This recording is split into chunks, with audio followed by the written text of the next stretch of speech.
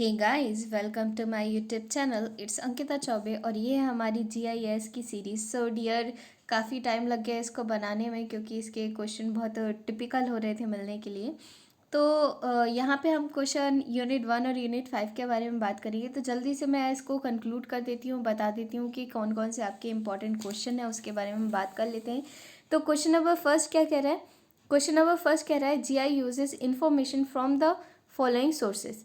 तो आपका जो स्पेटियल इंफॉर्मेशन सिस्टम है, यहाँ से जीआईएस क्या करता है अपनी, ये एक सोर्स है जहाँ से जीआईएस अपना इंफॉर्मेशन देता है। नेक्स्ट क्वेश्चन में कह रहा है which among the following is not related to GIS software. इनमें से कौन सा जीआईएस सॉफ्टवेयर से रिलेटेड नहीं है? तो जो आपका कैड है, आपका आर्क जीआईएस है, आर्क व्यू है, ये सारे किसके पार्ट हैं? आपके जीआईएस के पार्ट हैं। मगर स्टेप्रो डिज़ाइनिंग आपको भी पता है कि स्टेप्रो किसके लिए यूज़ होता है? आपका स्ट्रक्चर एनालिसिस के लिए। यहाँ पे हम स्ट्रक्चर को क्या कर सकते हैं? एनालाइज कर सकते हैं। तो ये पार्ट नहीं है आपके जीआईएस का।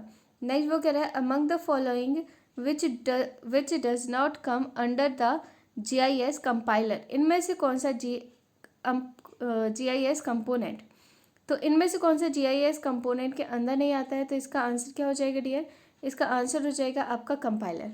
हार्डवेयर, देखो जिस तरीके से एक कंप्यूटर रहता है उसमें हार्डवेयर रहता है, सॉफ्टवेयर रहता है, डेटा रहता है, तो ये सारी चीज़ें भी जीआईएस में कंसिस्ट करता है। मगर कंपाइलर क्या करता है?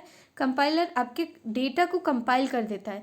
जैसे कि मेरी कोई ज़्यादा जीबी की फाइल है तो मैं उसको क्या कर दूंगी? कंपाइल करके उसको क्या कर दूंगी? कम जीबी में कन्वर्ट कर सकती हूँ, है ना। नेक्स्ट क्वेश्चन नंबर फोर्थ क्या कह रहा है? क्वेश्चन नंबर फोर्थ कह रहा है which of the following does not determine the capability of GIS. इनमें से कौन सा कैपेबिलिटी नहीं है आपकी जीआईएस की? तो पहला क्या है? जो आपका जीआईएस है ये यूज ही होता है आपकी मैपिंग के लिए, है ना। नेक्स्ट वो कह रहा है रिपीटिंग कैटोग्राफी फीचर, तो ये भी करता है आपका, है ना। मगर आपका जो भी डेटा है इसको ट्रांसफ़र करने का काम नहीं करता है। तो इसका आंसर क्या हो जाएगा?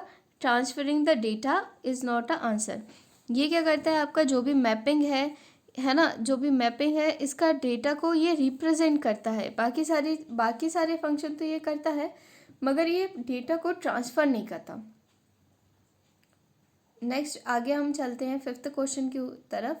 फिफ्थ क्वेश्चन क्या कह रहा है? Which of the following act a benefit of GIS. इनमें से कौन सा बेनिफिट है आपके जीआईएस का? तो वैसे तो बहुत सारे एडवांटेज रहते हैं जीआईएस के, है ना। मगर जो इसका मेन एडवांटेज है ये क्या है? मेंटेनिंग जियो स्पेटियल डाटा। जो आपका जियो स्पेटियल डाटा है ये इसको क्या करता है? मेंटेन करता है। और क्या इसके एडवांटेज है? जो भी आपकी वैल्यू है ना, अगर आपको कोई भी वैल्यू को क्या करना है? आपको एडिट करना है तो इसमें आप क्या कर सकते हो? वैल्यू एडिट कर सकते हो, है ना। और क्या कर सकते हो? और यहाँ पे आप क्या कर सकते हो? आपकी प्रोडक्टिविटी और एफिशिएंसी को भी, जो भी आपके डेटा है इसकी प्रोडक्टिविटी और एफिशिएंसी को ये क्या करता है? कम टाइम में बता देता है ना।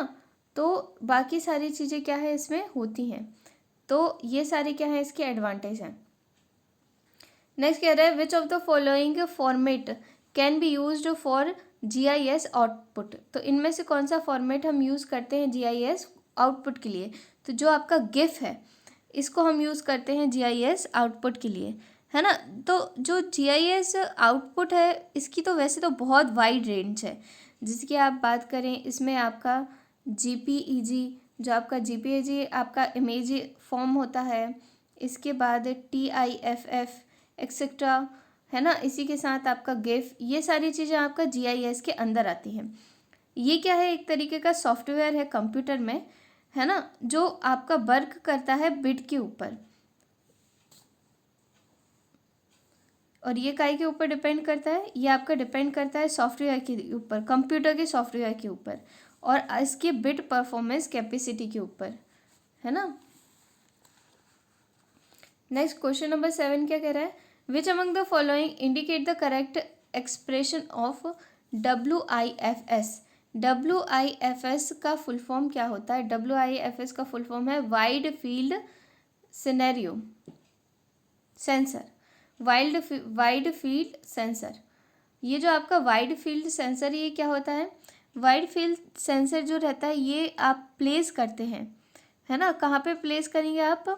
जो IRS है, IRS की जो आपका IRS रहता है, IRS की बॉर्डर पे है ना 1 सेंटीमीटर और आपका 1D सैटेलाइट के पास,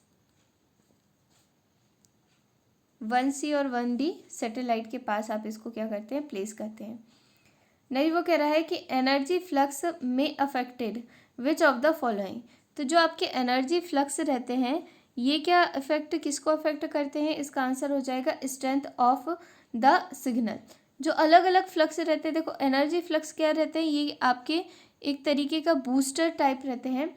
तो अगर कोई बहुत ज़्यादा हवाएं वगैरह चल रही हैं या फ्लक्सेस जनरेट हो रहे हैं तो ये क्या करेंगे, जो भी आपकी स्ट्रेंथ रहेगी इसको क्या कर देंगे, सिग्नल की स्ट्रेंथ को बहुत ज़्यादा इफेक्ट करते हैं। और ये क्या करते हैं, इंटरकनेक्टेड रहते हैं एक दूसरे से, है ना। ये जो रहते हैं ये क्या रहते हैं, एक दूसरे से इंटरकनेक्टेड रहते हैं।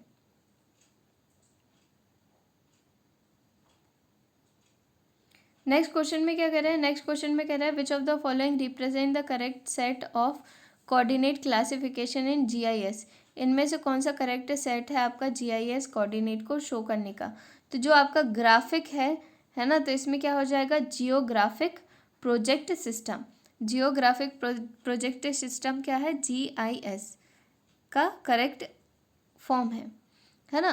तो ये जो आपका GIS जियोग्राफिक जियोग्राफिक जो आपके जियोग्राफिक कोऑर्डिनेट्स रहते हैं ये काय के लिए यूज़ होते हैं, इनका यूज़ क्या होता है, इनका यूज़ ये होता है कि जो भी आपका स्फेरिकल और नॉन स्फेरिकल सिस्टम के लिए हम क्या करते हैं, इसको यूज़ करते हैं, है ना। जो भी आपके प्रोजेक्ट, अगर इसका हम बात करें कि जियोग्राफिकल इसका कोऑर्डिनेट्स क्या रहते हैं, तो जियोग्राफिकल कोऑर्डिनेट होते हैं इसके स्पेक्ट्रिकल और नॉन लीनियर सिस्टम। अगर हम इसकी बात करें कि इसमें जो आपका प्रोजेक्टेड कोऑर्डिनेट है ये कौन कौन से रहते हैं, तो ये रहते हैं आपका प्लेन सिस्टम और लाइन सिस्टम। प्रोजेक्टेड कोऑर्डिनेट कौन कौन से होते हैं, प्लेन सिस्टम और लाइन सिस्टम। अब हम क्वेश्चन नंबर 10 देखते हैं। क्वेश्चन नंबर 10 कह रहा है in which aspect of agriculture GIS is use. GIS का यूज़ हम एग्रीकल्चर में कैसे करते हैं, तो आपका सॉइल एनालिसिस में GIS का यूज़ किया जाता है।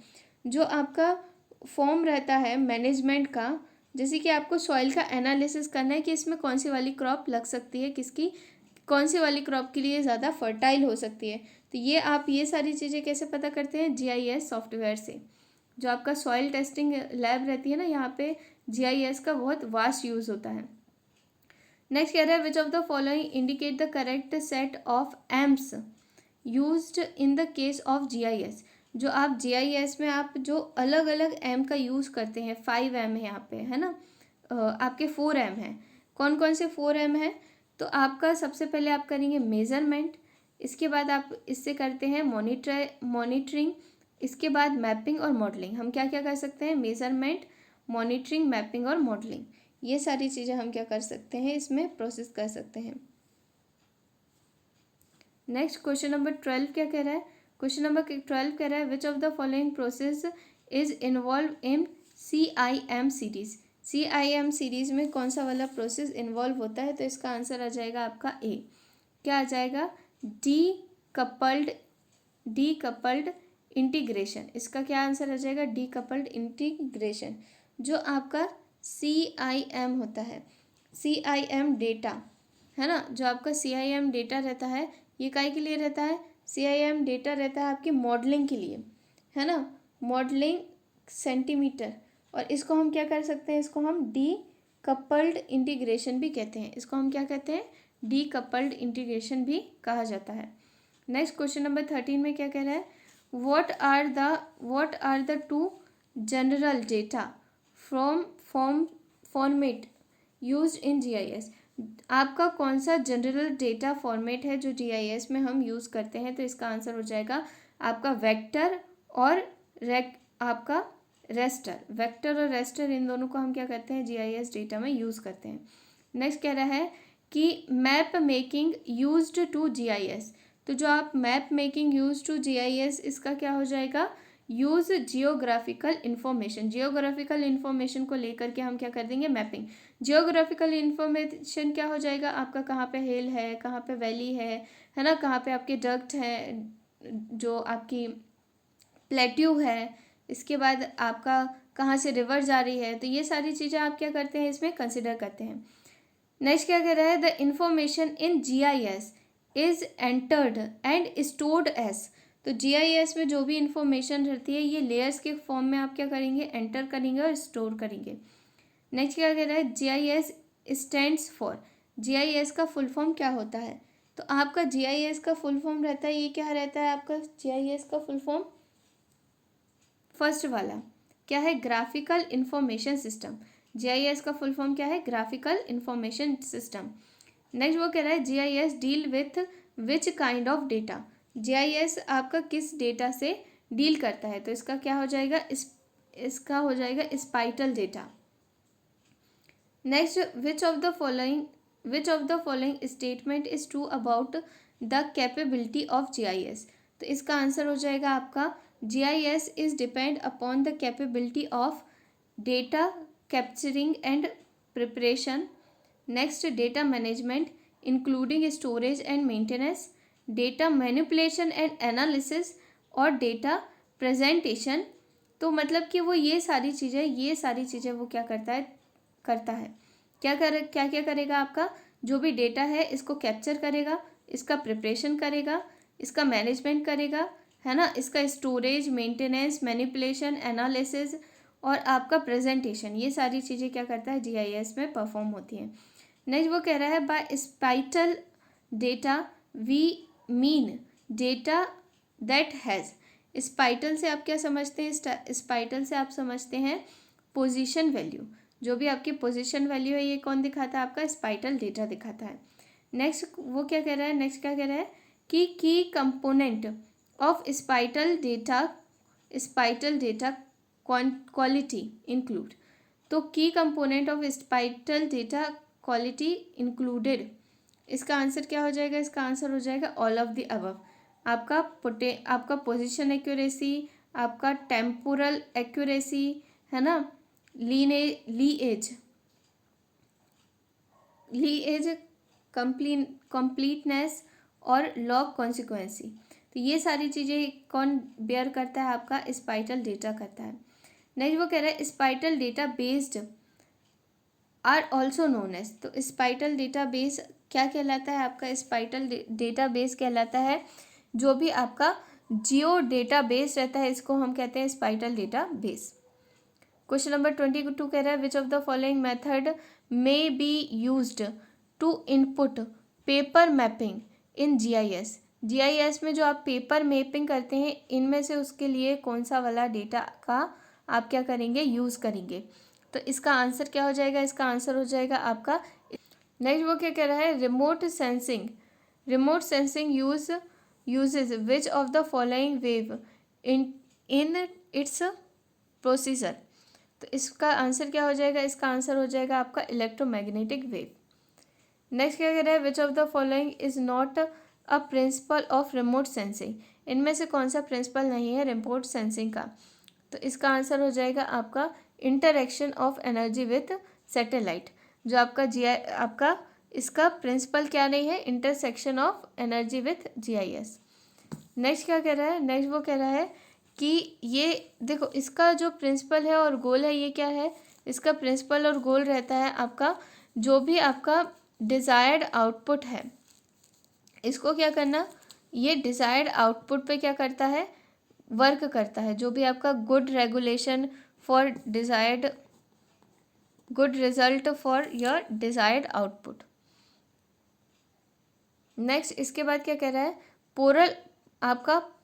Polar orbiting satellite are generally placed at an altitude range. जो आपका पोलर सैटेलाइट है ये कितनी रेंज पे रहता है, 700 से 1500 के बीच में, है ना। जो भी आपका सन सिंक्रोनस सैटेलाइट जो रहती है ना, इनको हम सन सिंक्रोनस सैटेलाइट भी कहा जाता है। ये क्या डिलीवर करती हैं, आपकी इन्फॉर्मेशन के बारे में बताएंगी। जो भी आपका एक्यूरेट इन्फॉर्मेशन रहेगी किसके बारे में, आपके ऑब्जेक्ट के बारे में, है ना। जो भी हमें नीडेड एक्सेस चाहिए है उसके बारे में ये क्या देती हैं, डेटा देती हैं। इसलिए हम कहते हैं इनको पोलर ऑर्बिट सैटेलाइट या sun synchronous satellite. Next question क्या कह रहा है, which of the following is not is not a classification of scattering principle. तो इसका आंसर क्या हो जाएगा? फैराडे स्केल, है ना, फैराडे स्कैटरिंग। नेक्स्ट 27 में क्या कह रहा है? The wavelength sensed in remote sensing are. तो इसका आंसर क्या हो जाएगा? The wavelength sense in remote sensing are nanometer and micrometer range, है ना। ये जो आपकी रिमोट सेंसिंग रहती है, इसके केस में जो आपका वेवलेंथ होती है वो उसमें आप क्या मेज़र करते हो? नैनोमीटर को और माइक्रोमीटर की रेंज में इसको हम एक्सप्रेस करते हैं, है ना। नेक्स्ट क्या कह रहा है? नेक्स्ट कह रहा है 28 क्वेश्चन में, in N E M field which field is placed horizontal. तो in N E M field आपका मैग्नेटिक फील्ड को हम क्या कर रखते हैं? हॉरिजॉन्टल रखते हैं। जो भी आपका इलेक्ट्रिक फील्ड रहता है ना, इलेक्ट्रिक फील्ड को आप कैसे रखोगे? इलेक्ट्रिक फील्ड को आप रखोगे वर्टिकल, और जो आपका मैग्नेटिक फील्ड रहेगा इसको आप क्या रखोगे? हॉरिजॉन्टल, किसी भी प्लेन के। नेक्स्ट क्वेश्चन नंबर 9 के बारे में बात करते हैं। विच of the following has maximum value in an electric and magnetic field. Electric और मैग्नेटिक फील्ड में आपकी जो मैक्सिमम वैल्यू है ये रहती है एम्पलीट्यूड, है ना। ये क्या है आपका? ये जो आपकी मैग्नीट्यूड है, जो आपका मैक्सिमम आप क्या निकालते हो? जो भी आपकी वैल्यू निकालते हो, ये सारी चीज़ें काय में निकालते हो? एम्पलीट्यूड में निकालते हो, है ना, इलेक्ट्रिसिटी की।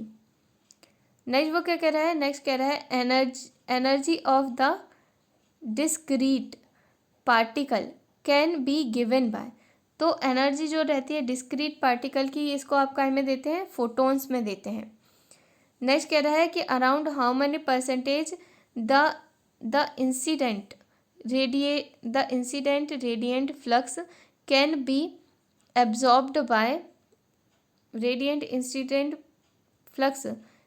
Absorbed by the material present on earth. तो इसका आंसर हो जाएगा आपका 31 का हो जाएगा ए, अबाउट 48%। नेक्स्ट कह रहा है कि जनरली द वैल्यू ऑफ